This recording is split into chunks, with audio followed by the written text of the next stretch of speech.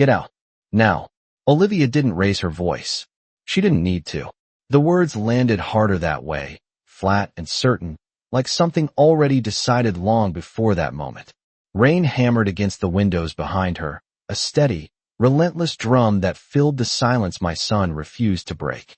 I stood in the entryway of the house I had once called mine, my hand still resting on the back of the chair I'd just pulled out for dinner. The smell of roasted chicken lingered in the air, warm and familiar, completely out of place against the coldness settling into my chest. You heard me, she added, crossing her arms. Her nails were freshly done, a pale pink that matched the calm confidence in her expression. She wasn't angry. That would have been easier to understand. This was something else. Final. I turned my head slightly, just enough to look at Ryan. My son. The boy who used to run to the door every time I came home, who used to hold my hand in grocery store aisles like it was the most natural thing in the world. He didn't look back. His eyes stayed fixed somewhere near the floor, as if there was something there worth studying more than his own mother. Ryan. I said his name quietly. It felt strange in my mouth, like I was calling out to someone who no longer existed. He shifted his weight, but didn't meet my gaze. Maybe it's better if you just go for a while, he muttered, his voice thin, almost practiced. As if he had rehearsed this line, but still wasn't comfortable saying it out loud. Outside, thunder rolled across the sky, low and distant, like a warning that had arrived too late. I nodded once. Not because I agreed. Not because I understood. But because there was nothing left to say that would change what had already happened. I reached for my coat hanging by the door, the same coat I'd worn for years, the one Ryan had once bought me for Christmas when he got his first real job. It still fit. That was something, at least. I slipped it on slowly, taking my time, not rushing for them, not giving them the satisfaction of seeing me scramble. Olivia stepped aside without a word, opening the door just enough to let the storm in. Cold air rushed past. Her, sharp and wet, carrying the scent of rain and asphalt. For a second, the house felt like it exhaled, like it had been holding its breath waiting for this exact moment. Don't come back until you've figured things out, she said. I paused at the threshold, the rain already touching my shoes, soaking into the fabric. Figured things out. I almost smiled at that. I stepped outside. The door closed behind me with a soft click. Not a slam. Not dramatic. Just a quiet, final sound that seemed to echo louder than the thunder overhead. The rain hit me instantly, cold and heavy, soaking through my coat in seconds. It ran down my face, blurred my vision, but I didn't wipe it away. I stood there for a moment, on the front step, looking at the door that had just been closed on me. The porch light flickered once, then steadied. I waited. Not for them to open the door. That part of me was already gone. I waited for something inside myself to break. But it didn't. I turned and walked down the driveway. Each step steady, deliberate. Water pooled at the edges, soaking through my shoes, but I kept moving. The street was empty, the storm keeping everyone inside where it was warm and safe. I reached the curb and stopped, looking up at the dark sky. The rain felt colder now, or maybe I was just more aware of it. I slipped my hand into my coat pocket and felt the folded piece of paper I'd placed there earlier that day. I hadn't known I would need it so soon. Funny how life works like that. I pulled it out, careful not to let it tear in the rain. The ink was still clear, the signature at the bottom steady and unmistakable. My husband's handwriting. He had always been precise. Careful. Prepared. Just in case, he used to say, whenever I asked why he insisted on handling things so thoroughly. I folded the paper back and slipped it into the inner pocket, closer to me this time. A car passed at the end of the street, its headlights cutting briefly through the rain before disappearing into the night. I raised my hand and called for a ride. The driver didn't ask questions when I got in, didn't comment on my soaked clothes or the silence I carried with me. He just drove. 20 minutes later, the car pulled up in front of a building that didn't look like much from the outside. Plain. Quiet. Closed at this hour, at least to anyone who didn't have a reason to be there. I stepped out, the rain lighter now, more of a steady mist than a storm. The driver nodded once before pulling away, leaving me alone on the sidewalk. I stood there, looking up at the dark windows, and for the first time that night, I let out a slow breath. Not relief. Not yet. But something close to it. I reached into my pocket again, feeling the weight of that folded paper, the one thing they hadn't taken from me, the one thing they didn't even know existed. Then I walked toward the door, my steps calm, measured, like I wasn't the one who had just been told to leave, like I was exactly where I was supposed to be all along. I did not go home that night, because there was no home left to go back to. The building in front of me was dark, the glass doors reflecting a version of myself I had not seen before, soaked, quiet, and somehow still standing. I reached for the handle and pushed it open, expecting resistance, but it gave easily, as if it had been waiting for me. Inside, the air was warm, controlled, untouched by the storm that had just thrown me out into the street. The lights were dim, but not off. Someone was still here. I walked slowly across the marble floor, my shoes leaving faint traces of water behind me, each step echoing in the silence. At the end of the hallway, a desk lamp glowed softly, and behind it sat a man who looked up the moment he heard me. He did not seem surprised. He did not ask why I was there at this hour, or why I was drenched from head to toe. He simply stood, adjusted his glasses, and said my name like he had been expecting it. Evelyn Carter. I nodded once, removing my coat, water dripping onto the polished surface of the desk.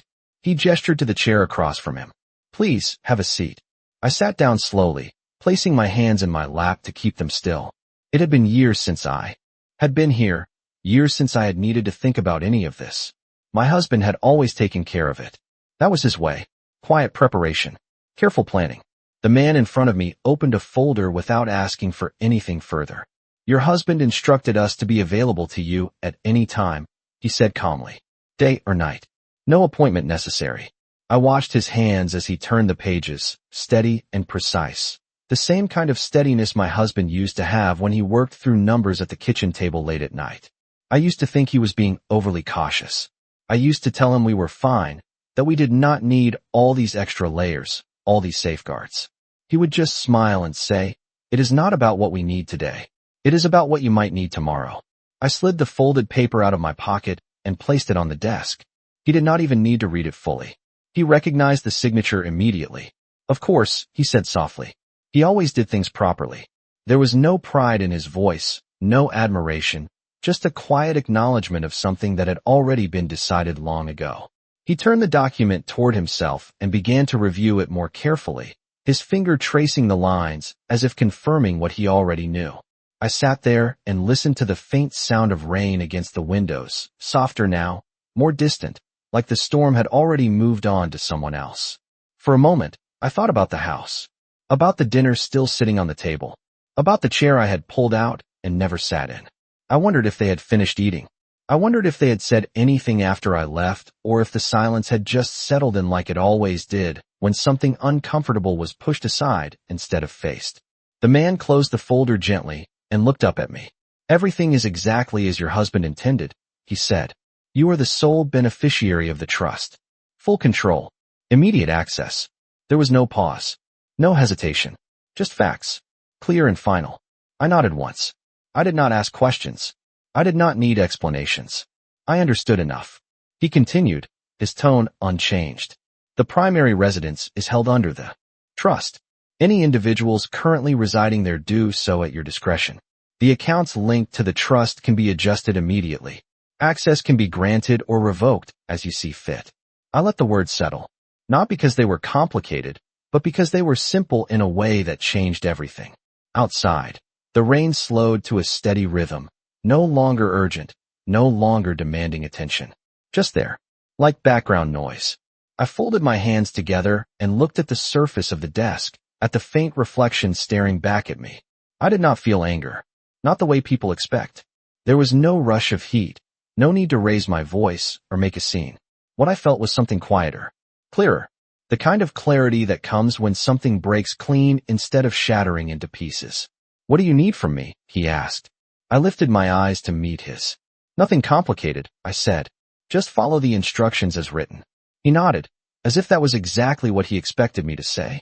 He turned back to his desk, reached for a pen, and began making notes, each movement deliberate, each decision already outlined by someone who had thought this through years ago. I stood up slowly, leaving the coat draped over the chair. I did not need it anymore. The storm had passed. As I walked toward the door, he spoke again, his voice softer this time. Mrs. Carter. I paused but did not turn around.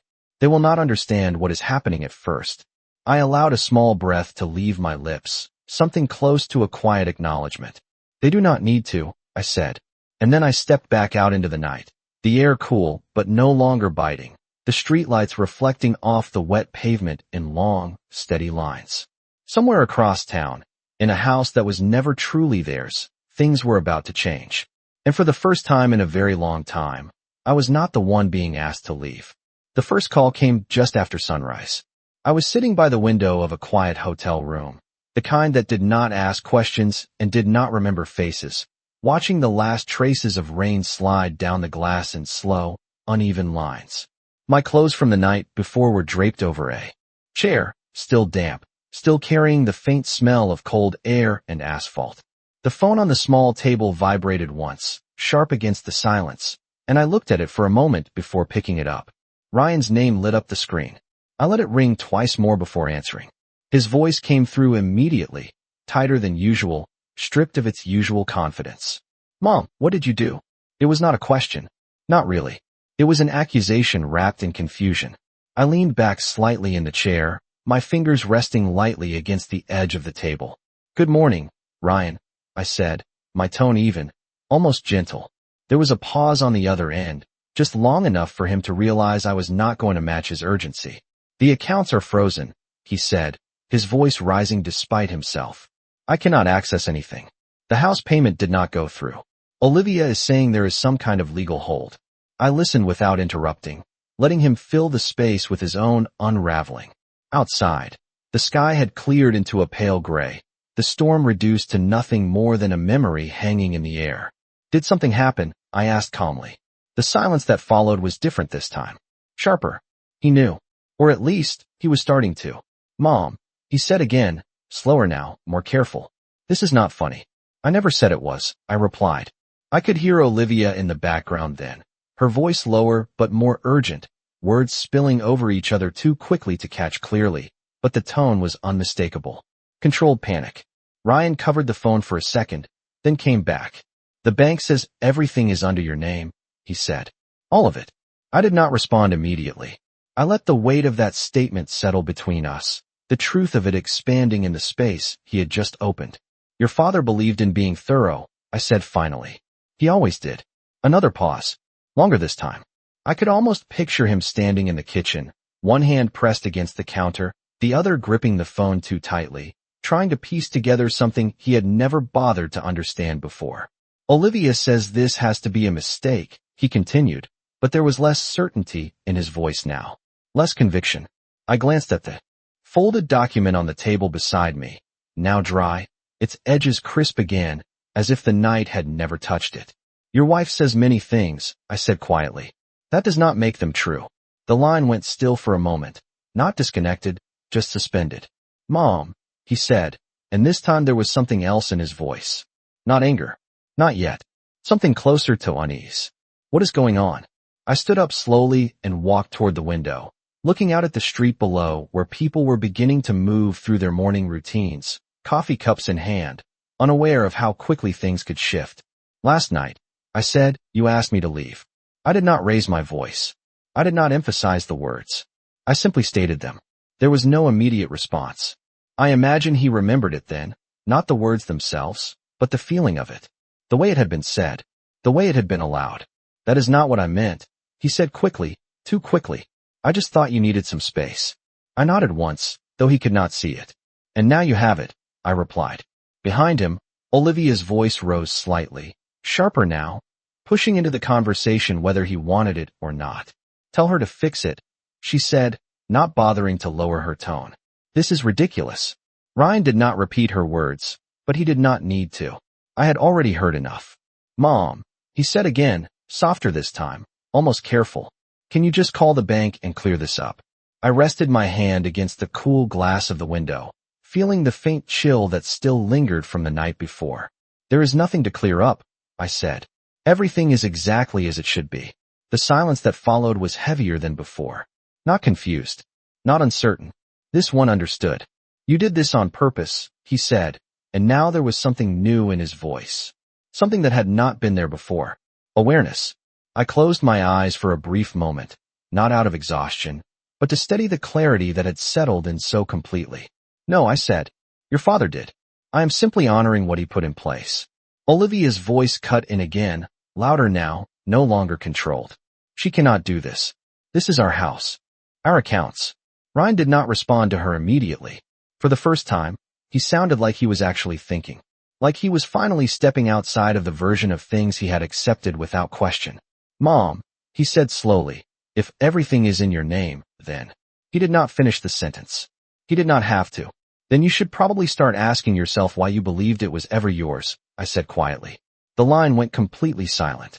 No background noise. No movement. Just the sound of breathing on the other end. Uneven, unsteady. I opened my eyes and looked out at the street again, at the steady rhythm of a day that had already moved on from the storm. I will be in touch, I added, not as a promise, but as a statement of fact. Then I ended the call. The room fell back into silence, the kind that no longer felt empty, but settled. Outside, the light grew stronger, washing over the pavement, drying what the storm had left behind. Somewhere across town, in a house that had never belonged to them, the illusion had already begun to crack. And this time, I was not standing outside in the rain waiting to be let back in. By mid-morning, the second call came, and this time I did not have to look at the screen to know who it was. The rhythm of it was different, more urgent, less controlled, like someone knocking on a door they were no longer sure would open. I let it ring longer this time, not out of hesitation, but because I had learned something overnight that I had not fully understood before.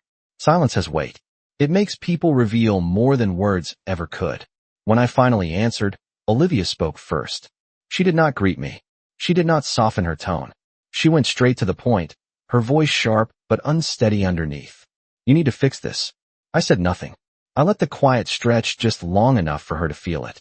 The bank says we cannot access anything, she continued, faster now, as if speed might make her sound more certain. The mortgage payment did not go through. The credit cards are declining. This is affecting everything. Everything. I walked slowly across the room, picking up the folded document from the table and smoothing it out. With my fingers. The paper was still firm, still precise, like the man who had signed it. My husband had never rushed anything. He believed in understanding before acting, in preparing before reacting. I used to think it was unnecessary. I used to think life would stay as it was simply because we wanted it to. You sound concerned, I said calmly. There was a sharp intake of breath on the other end. Of course I am concerned, she snapped. This is not normal. You cannot just lock people out of their own lives. I paused at that. Their own lives. It was an interesting choice of words. Ryan's voice came in then, quieter, trying to regain some control over the conversation. Mom, he said, can we just talk about this? I leaned against the edge of the table, feeling the solid surface beneath my hand. Something steady, something that did not shift depending on who was speaking. We are talking, I replied.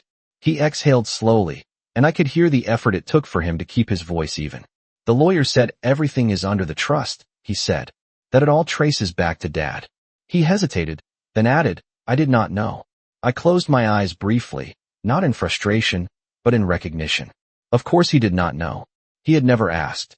He had never needed to. Life had been arranged for him in a way that required very little attention, very little responsibility beyond showing up and assuming it would always be there. Your father believed knowledge came with responsibility, I said. That is why he handled things himself. Olivia interrupted before he could respond, her voice cutting through again, sharper now. This is not about responsibility, she said. This is about control. You are doing this to punish us. I let her words settle. Punishment. That implied intention, emotion, reaction, none of which applied. No, I said quietly. This is about clarity. The silence that followed was heavier than before. It was no longer confusion. It was something closer to realization, the slow understanding that the ground they had been standing on was not as solid as they believed. Ryan spoke again, slower this time. If everything is in your name, then what happens to us? It was a simple question. Honest, in a way he had not been the night before. I looked down at the document in my hand, at the careful structure my husband had put in place, each line written with a purpose that extended far beyond a single moment. That depends, I said, on how you choose to move forward. Olivia let out a short, incredulous laugh, but there was no humor in it. What does that mean? She demanded. I walked to the window again, watching as the sun finally broke through the remaining clouds, light stretching across the street in long, quiet lines. It means, I said, that nothing has been taken from you that was ever yours. Ryan did not speak immediately. I could hear him processing that, turning it over, trying to fit it into the version of reality he had been living in until now. That is not true, he said finally, but the certainty was gone. We have lived there for years. We have paid bills. We have built a life. I nodded slightly, even though he could not see it. Yes, I said. You have lived there. That is not the same as owning it. Olivia's voice rose again, no longer trying to stay composed. This is unbelievable, she said. After everything we have done, after everything we have given, you are just going to pull the rug out from under us. Given. Another interesting word. I let that sit for a moment before responding. I did not pull anything, I said. The structure was always there. You simply chose not to see it. Ryan's breathing grew heavier on the other end, uneven now, like he was standing at the edge of something he had never considered before. Mom, he said, softer now, almost careful. What do you want? The question hung there, simple but loaded with everything he did not say. Not what do you need? Not what is fair? What do you want? I turned away from the window and looked at my reflection in the glass, clear now, no longer blurred by rain. I want you to understand what happened last night, I said. There was a pause. Then Olivia spoke again, quieter this time, but no less sharp. You are overreacting, she said. We just needed space. I held her words in the silence for a moment, letting them reveal themselves fully. Space. It was always framed that way. Clean. Reasonable. Detached from the reality of what had actually been said. You told me to leave, I said. I repeated it exactly as it had been, without emphasis, without accusation. Just the truth. Ryan did not interrupt this time. He did not defend it. He did not explain it away. The absence of his voice said more than anything he could have added. I waited. Not for an apology. Not for justification. Just to see if he would finally sit with it. When he spoke again, his voice was lower, stripped of the certainty it had carried for so long. I did not think it would go this far, he said. I let out a slow breath, feeling the steadiness of it settle into me. That is the problem, I said quietly. You did not think at all.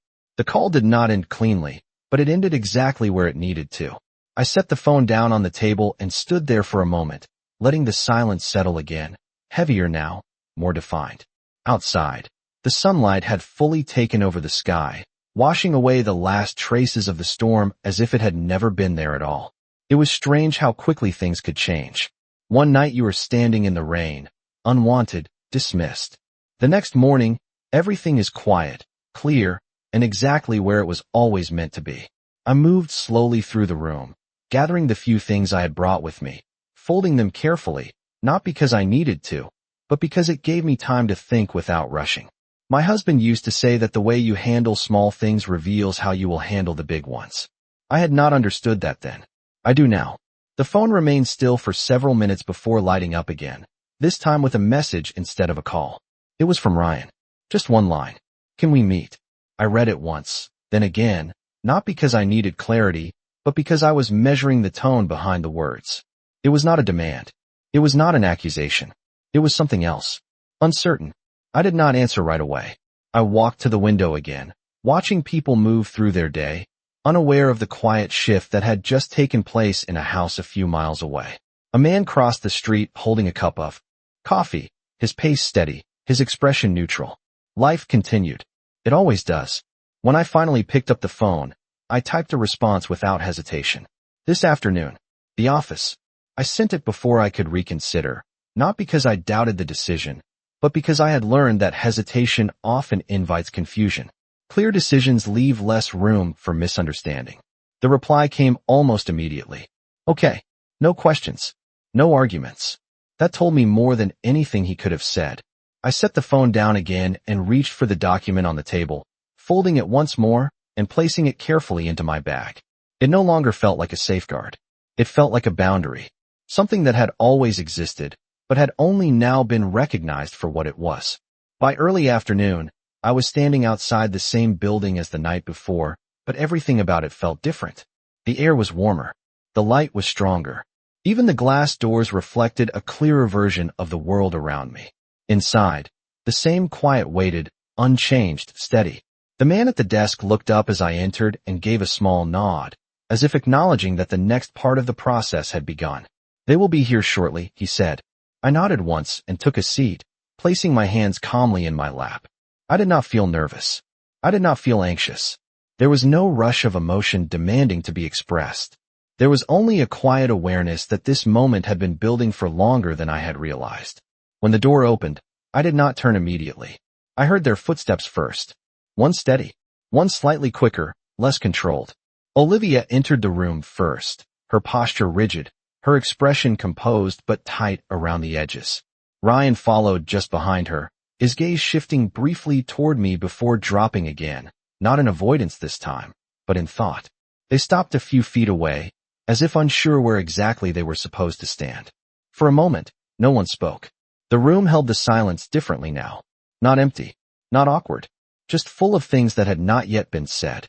Olivia broke it first. "What is this?" she asked, her voice controlled but edged with frustration. "Why are we here?" I lifted my eyes to meet hers, not with challenge, not with anger, just with clarity. "Because you asked to talk," I said. She opened her mouth as if to respond immediately, but paused instead, her expression shifting slightly as she realized the simplicity of the answer left her with nothing to push against. Ryan stepped forward then, just enough to close the distance by a small measure. "Mom," he said, quieter now, "we need to understand what is happening." I studied his face for a moment, noting the difference from the night before. The certainty was gone. In its place was something more honest. Uncomfortable, but real. "You are beginning to," I replied. Olivia let out a short breath, her patience thinning. "This is not about understanding," she said. "This is about fixing a mistake." I shook my head slightly. "There is no mistake," I said. "Everything is exactly as it was arranged." Her eyes narrowed slightly, not in anger, but in calculation, as if she was trying to find the angle that would shift the situation back in her favor. "Then what do you want?" she asked. There it was again. The same question, but from a different voice, carrying a different weight. I stood up slowly, closing the small distance between us, not to confront, but to make something clear without raising my voice. "I want you to recognize what you said last night," I said. "I want you to understand that words do not disappear simply because the moment passes." Ryan inhaled quietly, his shoulders tightening slightly, but he did not interrupt. Olivia held her position, her expression steady, but I could see the shift behind her eyes. She remembered. "You told me to leave," I continued, my voice even, measured. "You made a decision about where I belonged." I paused just long enough for the meaning to settle fully. This is the result of that decision. The room fell still again, but this time it was different. Not uncertain, not confused, just clear. Ryan looked up then, meeting my eyes directly for the first time since the night before. "And now," he asked slowly, "what happens next?" I held his gaze for a moment, then allowed a small, almost imperceptible shift in my expression, not softening, but settling into something final. "That depends on what you choose to understand from here," I said. Ryan did not answer immediately, and for the first time, he did not look at Olivia before speaking. He stood there, shoulders slightly tense, as if something inside him was trying to settle into a place it had never been forced to go before. "Understanding is not something you can choose in a moment," he said slowly. His voice was careful, not defensive, not certain, just honest in a way that felt unfamiliar. I held his gaze, not to challenge him, but to let him stay in that space without rushing him out of it. "No," I said quietly. "But what you do next is..." Olivia shifted beside him, her patience thinning in visible layers. "This is not a lesson," she said, her tone tightening again. "We are talking about our home, our finances, our lives. You cannot just turn everything upside down because of one argument." I did not respond to her immediately. I let the words sit, not because they needed consideration, but because silence would make their meaning clearer than any reply I could give. "One argument," I repeated finally, my voice even. "That is how you see it." She met my eyes directly, her expression steady, but I could see the calculation behind it again, searching for the angle that would bring control back into her hands. "Yes," she said. "That is exactly how I see it." I nodded once, not in agreement, but in acknowledgement. "And that is the difference," I said. Ryan's eyes shifted slightly, moving between us, not as a mediator, but as someone trying to understand where the ground actually was. "Mom," He said, softer now, what are you asking from us? The question came out differently this time. Not what do you want? Not what happens next. What are you asking? It carried weight. Responsibility. I walked slowly to the chair I had been sitting in earlier and rested my hand on the back of it, grounding myself in something steady. I am not asking for anything complicated, I said. I am asking for recognition. Olivia let out a short breath, almost a laugh, but there was no humor in it. Recognition of what? She said. Of a misunderstanding. I looked at her for a moment, not with frustration, not with anger, but with a clarity that no longer needed to defend itself. Of a decision, I said. Yours. Ryan's shoulders lowered slightly, not in relief, but in acceptance of something he could no longer avoid. He knows what you mean, Olivia said quickly, her tone sharper now, as if she could redirect the moment if she moved fast enough. We all said things we did not mean. That is what happens. People argue. People cool off. That is normal. I turned my attention back to Ryan, letting her words pass without engaging them. Do you believe that? I asked him. He hesitated. Not long, but long enough to matter. I think, he said slowly, choosing each word carefully, I think we said something we did not fully understand at the time. I watched him for a moment, noting the difference between his answer and hers. It was not an excuse. It was not a denial. It was something closer to the beginning of awareness. And now, I asked, do you understand it? He exhaled quietly, his gaze dropping for a brief second before returning to mine. More than I did last night, he said. Olivia stepped forward then, her composure beginning to slip at the edges. This is going nowhere, she said. We are standing here while everything is falling apart out there. The accounts are still locked. The payments are still blocked. We need this resolved. I let her words settle, then reached into my bag and placed the folded document on the table between us. It made a soft sound against the surface, quiet but final. This is what you are asking me to undo, I said. Neither of them reached for it immediately. They looked at it as if it were something unfamiliar, something that had always existed but had never been part of their reality until now. Ryan stepped closer first, his hand hovering slightly before he picked it up. His eyes moved across the page, slower than before, more deliberate, as if he was finally reading instead of assuming. Olivia leaned in beside him, her expression tightening as she followed the lines. This cannot be right, she said under her breath, but there was less certainty in her voice now. Ryan did not respond to her. He kept reading, his brow tightening slightly as each line confirmed what he had already begun to understand. It is all here, he said quietly. Everything. I nodded once. It always was. He lowered the document slowly, holding it in his hands as if it carried more weight than paper should. You knew, he said, looking at me now, not accusing, not angry, just stating what he had finally realized. You knew this whole time. I met his gaze without hesitation. I knew what your father prepared, I said. I did not know when I would need it.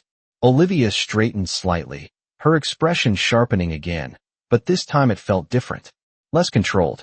More reactive. So you just waited, she said. You let everything happen so you could use this. I tilted my head slightly, considering her words, not because they were accurate, but because they revealed how she understood the situation. I did not create this, I said. I simply did not ignore it when it mattered. Ryan looked down at the document again, then back at me, something shifting behind his eyes, something that had not been there before. If this is all yours, he said slowly, then we were never really in control of any of it. The room held that statement for a moment, letting it settle fully into the space between us. No one corrected it. No one softened it. Because it did not need to be changed. It needed to be understood. Olivia opened her mouth as if to respond, but paused, her expression tightening as she realized there was nothing left to argue against in that moment. Ryan exhaled slowly, his grip on the paper loosening slightly as the weight of it shifted from confusion to clarity. Then tell me what happens next, he said, his voice quieter now, but steadier than before. I looked at him for a moment, then at the document in his hands, then back at him again. What happens next, I said, depends on whether you are ready to live in a house you were asked to leave, or finally understand why you were never the one who could decide who stays. Ryan did not answer my last question right away, and this time the silence was not confusion or resistance. It was something deeper, something that required him to step outside of the version of himself he had been comfortable living in for years. He looked down at the document again, then slowly placed it back on the table, not carelessly, not dismissively, but with a kind of awareness that had not been there before. I do not think I ever decided anything, he said quietly. Olivia shifted beside him immediately, her posture tightening as if the ground beneath her had just become less certain. That is not true, she said quickly. We built our life there. We made decisions every day. This is just her trying to take control now. I did not look at her. I kept my eyes on Ryan, because he was the one who had finally begun to see something beyond the surface. There is a difference between living somewhere and having the authority to define it, I said calmly. He nodded slightly, almost to himself, as if the distinction was settling into place piece by piece. Then what are you saying, he asked. That we never had a say in anything. I let a small pause exist before answering, not to create tension, but to allow the question to fully form in his mind. You had a say in how you lived, I said, not in what it was built on. Olivia exhaled sharply, her patience slipping further. This is ridiculous, she said. You are twisting things to make it sound like we did something wrong. People say things in arguments. That does not mean you destroy everything after. I turned my attention to her briefly, not to argue, but to clarify something she continued to avoid. You are still calling it an argument, I said. That is where you are choosing not to understand. Her expression hardened, but there was a flicker beneath it, something less certain than before. Then what would you call it? She asked. I held her gaze for a moment, then answered simply. A decision. The words settled heavily in the room, not dramatic, not loud, but undeniable. Ryan inhaled slowly, his shoulders lowering slightly, as if the weight of that word had found its place. Olivia opened her mouth to respond again, but paused, her eyes shifting briefly toward him, searching for alignment that did not come this time. So what now? She said finally, her tone less sharp, more measured, as if she had realized that force was no longer working. Are you going to keep everything locked? Are we just supposed to wait until you decide what to do with us? I stepped back slightly, creating just enough distance to make the next part clear without raising my voice. This is not about holding something over you, I said. This is about understanding what you did when you thought you had the power to remove someone from your life without consequence. Ryan closed his eyes for a brief second, then opened them again, this time meeting mine directly. We did not think about it like that, he said. I know, I replied. That is why we are here. The room remained still for a moment, but it was no longer tense in the same way. It was quieter, more grounded, like something had shifted from conflict into something more difficult, but more real. Olivia crossed her arms again, but the gesture lacked the certainty it had carried before. You are making this bigger than it needs to be, she said, but her voice was lower now, less certain. It was already big, I said. You just did not see it because it was not affecting you. Ryan glanced at her briefly, then back at me, and for the first time, there was no hesitation in his voice when he spoke. What do we need to do? He asked. The question landed differently than anything he had said before. Not defensive, not reactive. It was a question that accepted responsibility without fully understanding it yet. I studied him for a moment, not looking for perfection, not expecting immediate change, but recognizing the shift that had begun. You need to decide what kind of people you are when you believe you have the right to exclude someone, I said. Olivia shook her head slightly, frustration returning in small, controlled movements. This is not a philosophy lesson, she said. We need a solution. I let out a slow breath, not tired, not overwhelmed, just steady. This is the solution, I said. The rest follows from it. Ryan nodded once, slowly, as if he was beginning to accept that there was no shortcut around this moment. If we acknowledge it, he said, if we understand what we did, then what changes? I allowed a small pause before answering, not because I needed time, but because he needed to hear it clearly. Then we can talk about what access looks like, I said. Not before. Olivia's eyes narrowed slightly, but this time it was not defiance. It was calculation giving way to limitation. She was beginning to understand that this was not something she could maneuver around. And if we do not? She asked quietly. I met her gaze without hesitation. Then, nothing changes at all. The simplicity of it left no room for interpretation. No hidden meaning. No negotiation buried beneath the words. Ryan looked down briefly, then back up, his expression more settled now, not because the situation had become easier, but because it had become clear. He took a small step forward, not toward me as a challenge, but as someone stepping into a space he had avoided before. I understand that we asked you to leave, he said slowly. I understand that we did not think about what that meant beyond that moment. I did not interrupt. I did not guide him. I let him continue. And I understand now that it was not just words, he added. It was a decision about where you belong. The room held that statement, and this time, there was no resistance from Olivia, no immediate correction, no attempt to reframe it. She remained still, her gaze fixed on the table, as if something inside her had paused long enough to listen. I nodded once, not approving, not rewarding, just acknowledging that the first part had been said.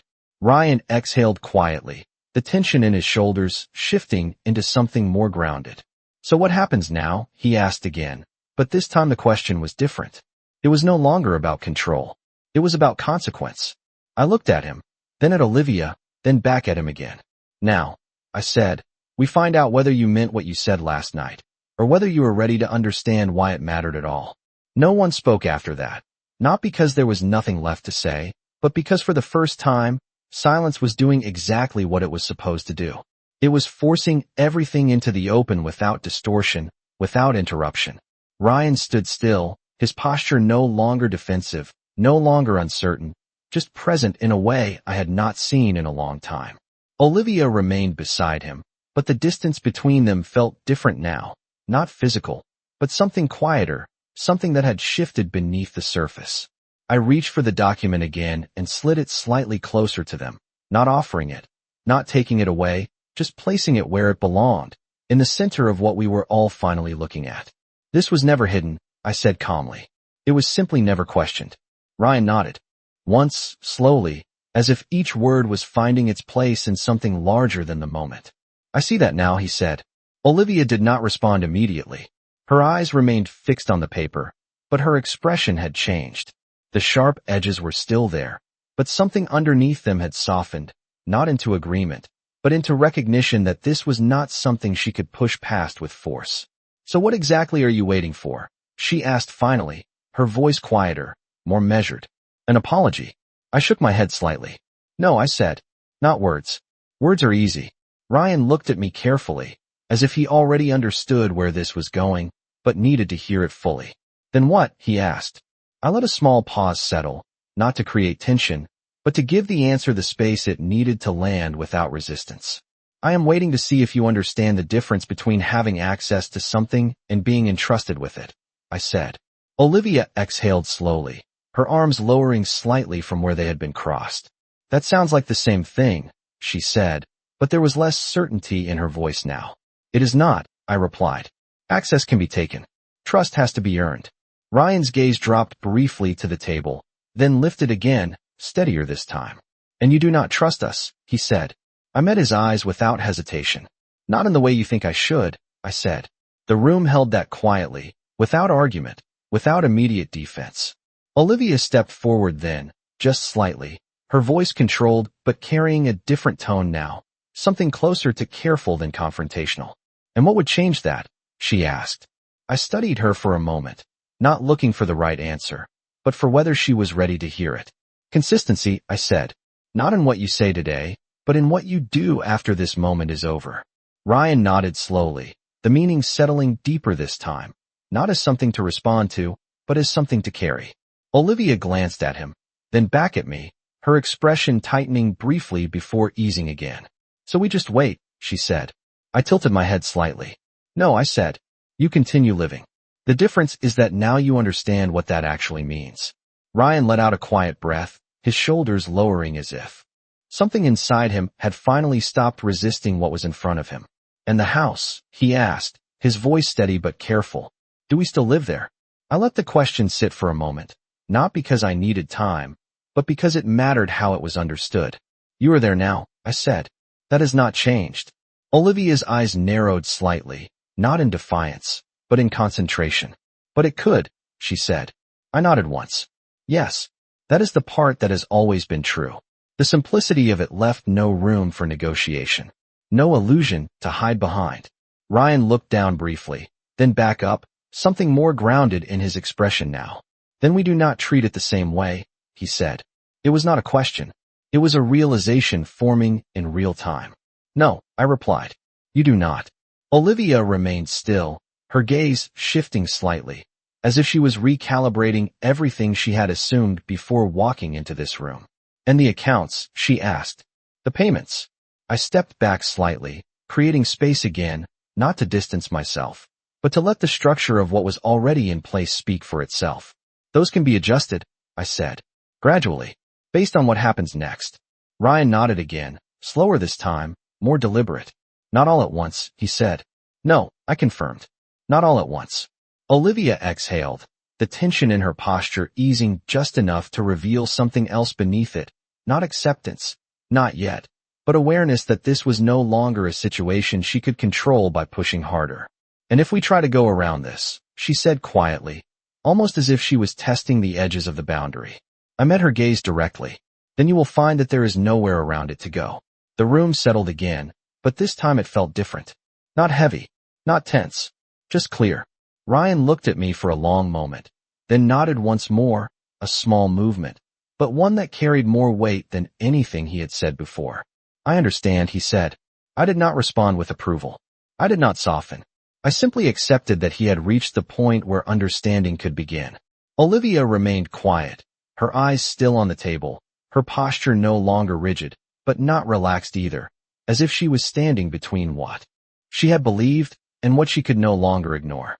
I reached for my bag and placed the document back inside, closing it carefully, not as a signal of ending, but as a sign that what needed to be seen had been seen. Then we are finished here for today, I said. Ryan nodded again, stepping back slightly, not retreating, but giving space in a way he had not done before. Olivia did not move right away, but after a moment, she followed, her steps quieter, more measured than when she had entered. As they reached the door, Ryan paused and turned slightly, not fully, just enough to acknowledge something without needing to say it out loud. I held his gaze for a brief second, then looked away first. Not as dismissal, but as completion. When the door closed behind them, the room returned to its quiet state, unchanged on the surface, but entirely different beneath it. Outside, the day continued, steady and unaffected. And somewhere within that steady rhythm, something had shifted permanently, not because it had been forced, but because it had finally been understood. The building felt quieter after they left, but it was not empty in the way it had been before. It was settled, like something had finally been placed where it belonged. I remained seated for a few minutes, not because I needed rest, but because I understood the value of not rushing past a moment that had taken years to reach. Outside, the afternoon light stretched longer across the pavement, softening the edges of everything it touched. I stood eventually, gathering my bag and moving toward the door with the same steady pace I had carried all day. No urgency, no hesitation, just forward. By the time I stepped outside, the air had shifted again, warmer now, carrying none of the sharpness from the night before. People moved past me without noticing, conversations blending into the background, ordinary life continuing in ways that no longer felt distant or separate. I walked a few blocks before stopping at a small cafe on the corner, the kind with wide windows and quiet tables, where no one asked why you were alone. I took a seat near the glass and ordered coffee, black, the way I had always preferred it. When it arrived, I wrapped my hands around the cup and watched the steam rise in. Thin, steady lines. The phone remained still on the table for a while, and I did not reach for it. I did not expect anything immediate. Understanding does not move that quickly. It settles slowly, often in silence. It was nearly an hour later when the message came. Not from Ryan this time. From Olivia. I looked at the screen for a moment before opening it. Not because I was unsure, but because I wanted to meet whatever was there without assumption. We are home, it read. Just that. No demand. No accusation. No urgency. I read it again, noting what was not said as much as what was. No mention of the accounts. No request to fix anything. Just a statement. I set the phone back down and took a sip of my coffee, letting the warmth settle without distraction. A few minutes later, another message appeared. The house feels different, she wrote. I did not respond right away. I let the words sit, not because I needed to think of an answer, but because I understood that this was not something to rush. Different could mean many things. For some, it meant discomfort. For others, awareness. I finished my coffee slowly, watching as the light outside shifted again, the afternoon beginning to lean toward evening. When I finally picked up the phone, I typed a simple reply. It always was. I sent it and placed the phone back on the table. No elaboration. No explanation. Just truth. The response came more quickly this time. I did not see it before, Olivia wrote. I read that line once, then set the phone aside again. That was enough for now. Not complete. Not resolved. But real. Later that evening, I returned to the hotel, the room unchanged, quiet and still. I placed my bag on the chair and walked to the window, looking out at the city as the lights began to come on one by one. The reflection in the glass was clearer now, not blurred by rain or shadow. Just me, standing exactly where I was meant to be. The phone rang again, and this time, I answered without waiting. Ryan's voice came through, calmer than before, steadier. "We are staying," he said. I did not respond immediately. I let him continue. "But not the same way," he added. The pause that followed was not empty. It carried something new. "We talked," he said. "Not like before. Different." I nodded slightly, though he could not see it. "That is where it starts," I said. There was a quiet exhale on the other end. Not relief, not quite, but something closer to grounding. "Olivia is thinking," he added, choosing the word carefully. I allowed a small pause before answering. "That is more than she was doing yesterday," I said. He gave a faint, almost quiet acknowledgement of that. "The house," he continued, "we're going to take care of it. Not because we assumed it was ours. Because we understand what it is now." I turned slightly, resting my hand against the window, feeling the cool surface beneath my palm. "Good," I said. "That is the difference." He was quiet for a moment, then spoke again, slower this time. "We should not have told you to leave," he said. The words were simple, not dramatic, not rehearsed, just clear. I did not rush to respond. I let the weight of them settle fully, not as an apology, but as recognition. "No," I said quietly. "You should not have." The line remained open, but neither of us felt the need to fill it. After a moment, he spoke again. "Are you coming back?" he asked. The question hung there, not urgent, not demanding, just open. I looked out at the city lights, at the steady rhythm of everything continuing exactly as it should. "Not tonight," I said. He did not argue. He did not question it. He simply accepted it. "Okay," he replied. "We will be here." I ended the call and set the phone down, the room returning to its quiet once more. Outside, the night settled in fully, calm and undisturbed. And for the first time, the idea of going back was no longer about returning to what had been. It was about choosing what it would be. The night passed quietly, not because there was nothing left to think about, but because for the first time in a long while, I did not feel the need to solve anything before morning.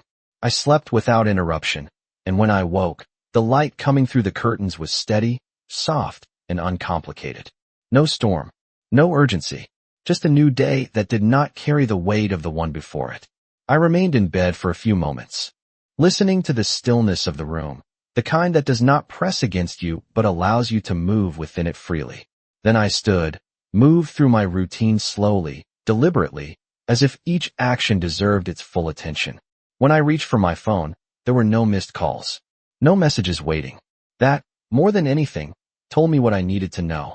Something had shifted, and it was holding.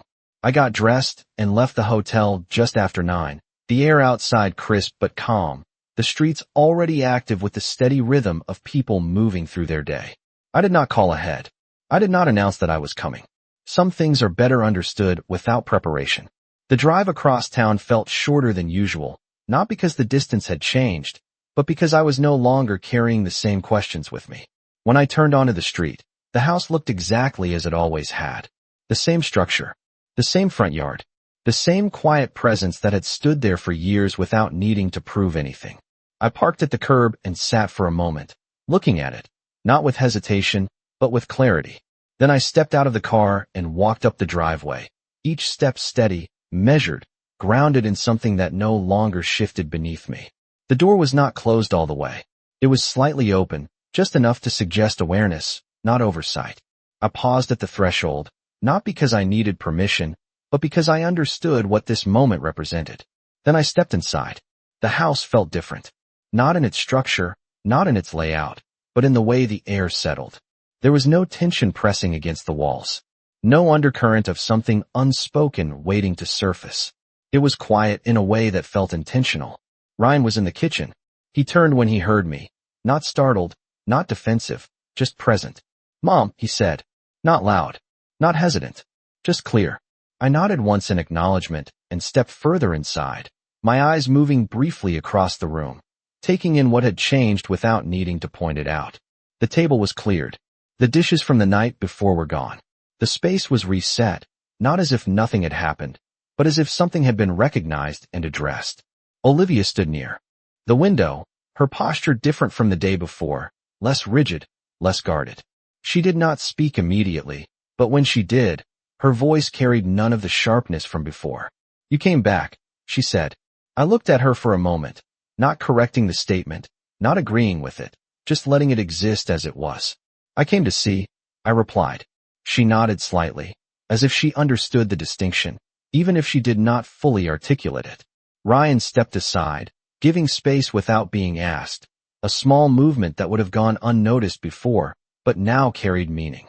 "We have been going through everything," he said. "Not just the accounts. Everything." I rested my hand lightly on the back of a chair, feeling the solid surface beneath it, something unchanged, something that did not shift with perception. "And what did you find?" I asked. He exhaled slowly, his gaze moving briefly around the room before returning to me. "That we were comfortable," he said. "Not aware." Olivia added quietly, "that we assumed a lot of things without ever asking why they were the way they were." I glanced at her, noting the difference in her tone, not defensive, not calculating, just measured. "And now," I said. Ryan met my eyes directly. "Now we are paying attention," he said. The simplicity of it held more weight than anything else he could have added. I nodded once, acknowledging the shift without overstating it. Olivia stepped forward slightly, her movements slower, more deliberate than before. "We did not understand what it meant to say what we said," she said. I let a small pause settle before responding, not because I needed to think, but because the moment deserved space. "No," I said. "You did not." She held my gaze, not looking away this time, not searching for an angle, just staying with it. "But we do now," she added. The room remained still, but it was no longer holding tension. It was holding something else. Recognition. Not complete, not finished, but real. I walked further into the space, not reclaiming it, not asserting anything, just moving through it as someone who no longer needed to prove where she belonged. Ryan watched quietly, not interrupting, not explaining, just allowing the moment to exist. Olivia remained near the window, her posture steady, her expression thoughtful rather than guarded. After a moment, Ryan spoke again. "The accounts," he said. "We have not tried to access anything beyond what is necessary. The bills that needed to be handled, we handled. Carefully." I nodded slightly. "And the rest?" I asked. He shook his head once. "We left it as it is."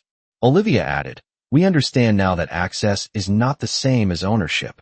I looked at her, then at Ryan, then back at the room around us, the same walls, the same space, but no longer carrying the same assumptions. "Good," I said. "That is where it begins." The silence that followed was not empty. It was steady, grounded, and for the first time since that night, the house did not feel like a place where someone could be told to leave. It felt like a place where that decision had already been understood for what it truly was. The house did not feel unfamiliar anymore, but it did not feel the same either, and I understood that it never would again. That was not a loss. That was clarity. I moved slowly through the living room, my fingers brushing lightly against the back of the sofa, the same one we had chosen years ago, back when decisions were made together, when the foundation of this place was built on something that did not need to be questioned. Ryan stayed near the kitchen, not hovering, not following, just present in a way that allowed space without retreating from it. Olivia remained by the window for a moment longer, then stepped forward, her movements measured, as if each step required intention now. I paused near the hallway and looked toward the staircase, the quiet stretch of it unchanged, but no longer carrying the same assumptions. "It is different," I said, not as an observation of the space, but of what had shifted within it. Ryan nodded once. "It is," he replied, "not in a way that feels unstable, in a way that feels understood." I turned slightly, meeting his eyes, noting the steadiness in his expression, not forced, not defensive, just grounded in something he had not held before. Olivia stopped a few feet away, her posture no longer rigid, Her arms no longer crossed as they had been when she first walked into that office. "We have been talking about what happens next," she said. Her voice was even, careful, but not guarded. I did not respond immediately. I let her continue. "We know things cannot go back to how they were," she added, "and they should not." The honesty in that statement settled quietly into the room. I inclined my head slightly, acknowledging it without interruption. "Then what do you believe happens next?" I asked. Ryan glanced briefly at Olivia, then back at me, not for permission, but for alignment. "We stay," he said, "but not as if we own anything. As if we are responsible for it." Olivia nodded once, reinforcing the thought rather than replacing it. "And we do not assume access," she added. "We wait until it is clear what is appropriate." I studied them for a moment, not searching for flaws, not expecting perfection, but recognizing the shift in how they spoke, how they positioned themselves within something they had once taken for granted. "Responsibility is not something you say once," I said. "It is something you demonstrate over time." Ryan nodded again. "We understand that," he said. Olivia's gaze held steady, not challenging, not avoiding. "We are not asking for everything to be restored immediately," she said. "Just the chance to show that we understand what changed." I let the words settle, not because I needed time, but because they needed to exist without being rushed into resolution. The air in the room felt steady, not tense, not fragile, just grounded in something that no longer shifted with every sentence. I walked toward the kitchen and rested my hand lightly on the counter. The same place where so many ordinary conversations had once taken place, where nothing needed to be defined because everything was assumed. "That is where things went wrong," I said quietly. "Assumption removes responsibility." Ryan lowered his gaze briefly, then lifted it again. "We see that now," he said. Olivia added, "We did not think about what it meant to say you did not belong here. Not beyond that moment." I nodded once. "Words do not stay in the moment they are spoken," I said. "They carry forward. They define things whether you intend them to or not." The room held that truth without resistance. No one tried to soften it. No one tried to reframe it. Ryan took a slow breath, then spoke again. "Then we need to define something different now," he said. "Not just say it." I turned slightly, looking at both of them, seeing not who they had been the night before, but who they were beginning to choose to be now. "Yes," I said. "You do." Olivia stepped a little closer, not intruding, not asserting, just closing the distance in a way that acknowledged something had shifted between us. "We are willing to take time," she said, "to let things unfold without forcing them back into place." I regarded her for a moment, noting the absence of urgency in her tone, something that had not been there before. "Time is not something you wait through," I said. "It is something you use." Ryan nodded slowly. "Then we will use it," he replied. The simplicity of his answer did not diminish its weight. If anything, it made it clearer. I allowed a small pause, then reached into my bag and took out the document again, placing it on the counter, not as a barrier, but as a reminder of what had always been there. "This does not change," I said, "not because I am holding it over you, but because it was built to remain steady regardless of circumstance." Ryan looked at it, then back at me, his expression calm. "We are not asking you to change it," he said. Olivia added, "We are asking to understand how to live within it." I held their gaze for a moment, then nodded once, a small movement, but one that carried acknowledgement rather than approval. "That is the only way this works," I said. The room settled again, but this time it felt different. Not like something had ended, but like something had been set into motion with a foundation that would not shift easily. Outside, the light had begun to soften again, the day moving steadily toward evening, carrying with it the quiet sense that what had been uncertain was now at least understood. I stepped back from the counter, letting the space between us remain open, not closed, not resolved, but no longer defined by what had happened before. And for the first time since that night, the question was no longer whether I belonged there. It was whether they understood what belonging actually meant. Evening settled slowly over the house, not as something heavy or final, but as a natural continuation of what had already begun to change.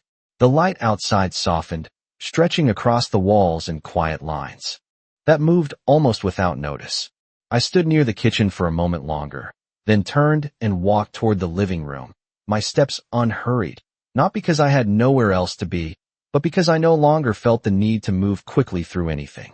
Ryan and Olivia remained where they were, not following, not interrupting, just allowing the space to exist without pressing into it. That, more than anything, told me what I needed to know. I sat down on the sofa, the same one that had once held conversations so ordinary they had seemed unimportant at the time. It felt different now, not because it had changed, but because I had. Ryan moved a little closer, stopping just short of the space across from me, as if he understood that distance was no longer something to close automatically.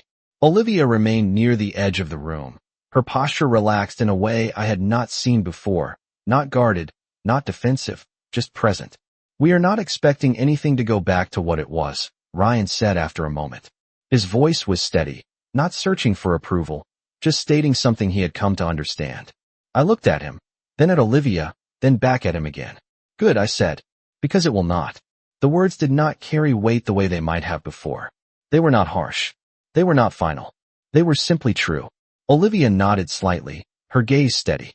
"We do not want it to," she said. That mattered. Not as a solution, not as a conclusion, but as a direction. I leaned back slightly, letting the room settle into a quiet that no longer felt like something waiting to break. "Then what you build from here will matter more than anything that came before," I said.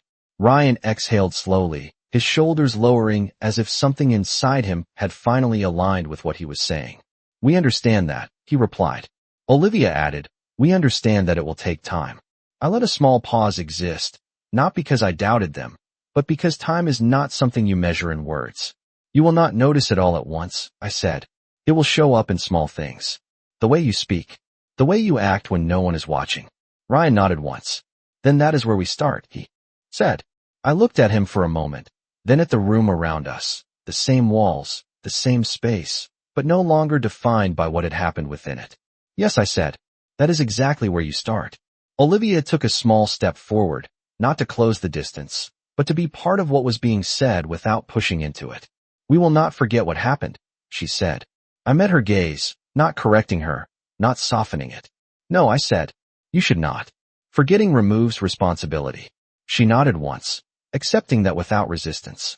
Ryan glanced briefly toward the hallway, then back at me. "You are not staying tonight," he said. It was not a question. It was an understanding. I shook my head slightly. "No," I said. "Not tonight." There was no disappointment in his expression, no attempt to change my answer. Just acceptance. "That is fair," he replied.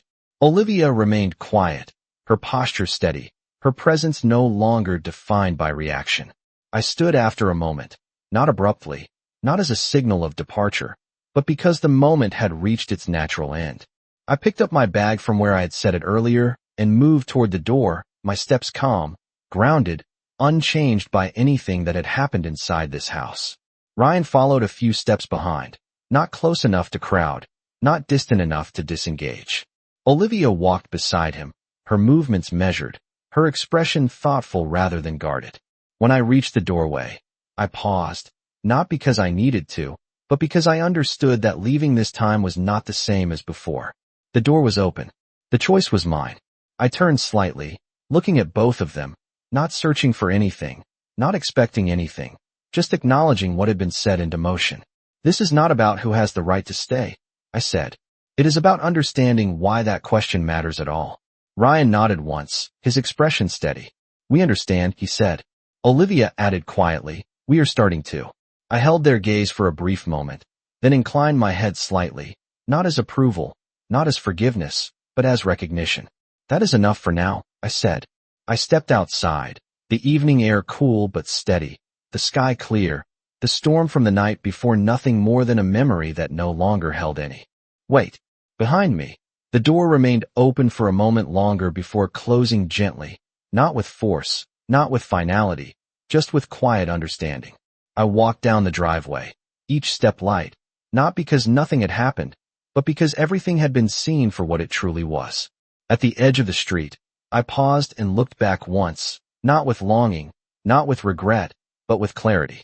The house stood as it always had, unchanged in structure, but no longer carrying the same meaning. Then I turned and continued walking, the sound of my footsteps steady against the pavement, the evening settling around me in a way that felt complete. I did not lose anything that night. I simply stopped pretending it was ever mine to give away.